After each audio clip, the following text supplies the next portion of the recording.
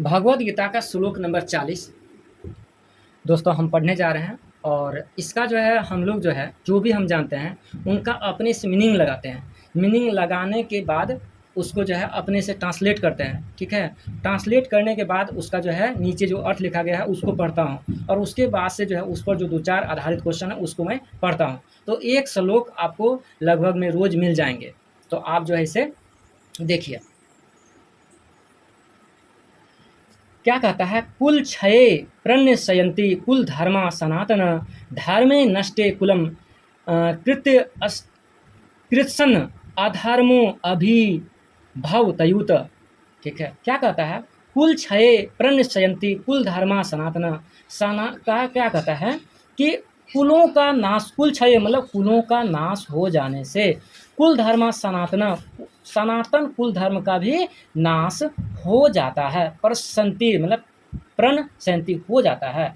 धर्म नष्टे कुलम कृत कृत कृत कृत्सन कृत्सन अधर्म अभिभव तयुत।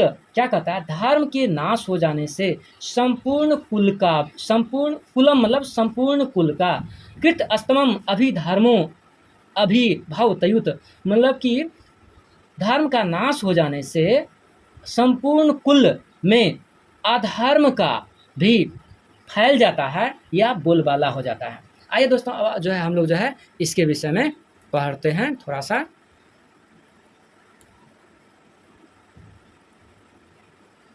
देखिए क्या कहता है। कुल के नाश, इसका अर्थ जो है कुल के नाश से सनातन कुल धर्म नष्ट हो जाते हैं। धर्म के नाश हो जाने पर संपूर्ण कुल में पाप भी बहुत फैल जाता है। अब इसका कुछ प्रश्न उठाते हैं।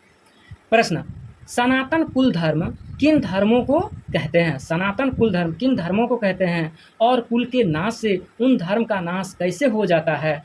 अपने अपने उत्तर में, उत्तर इसका बोलते हैं, अपने अपने कुल में परंपरा से चली आती हुई जो शुभ और श्रेष्ठ मर्यादाएं हैं जिनसे सदाचार सुरक्षित रहता है और कुल के स्त्री और पुरुषों में अधर्म का प्रवेश नहीं हो सकता, उन शुभ और श्रेष्ठ कुल मर्यादाओं को सनातन कुल धर्म कहते हैं। अर्थात दोस्तों कहने का मतलब कि जो भी हमारी श्रेष्ठ परंपराएं हैं, श्रेष्ठ परंपराएं को ही सनातन कुल धर्म कहा गया है। कुल के नाश से जब इन कुल धर्म के जानने वाले और उनको बनाए रखने वाले बड़े बड़े लोगों का अभाव हो जाता है, बड़े बड़े लोगों का अभाव हो जाता है, तब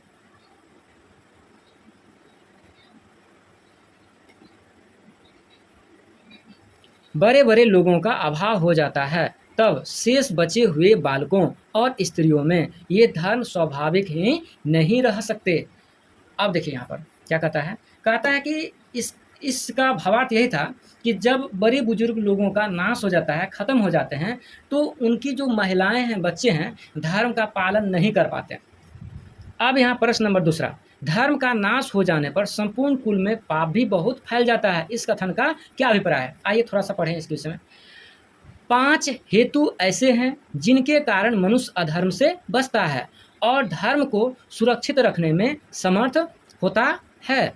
ईश्वर का भय, शास्त्र का शासन, कुल मर्यादाओं के टूटने का डर, राज्य का कानून, शारीरिक तथा आर्थिक अनिष्ट की आशंका।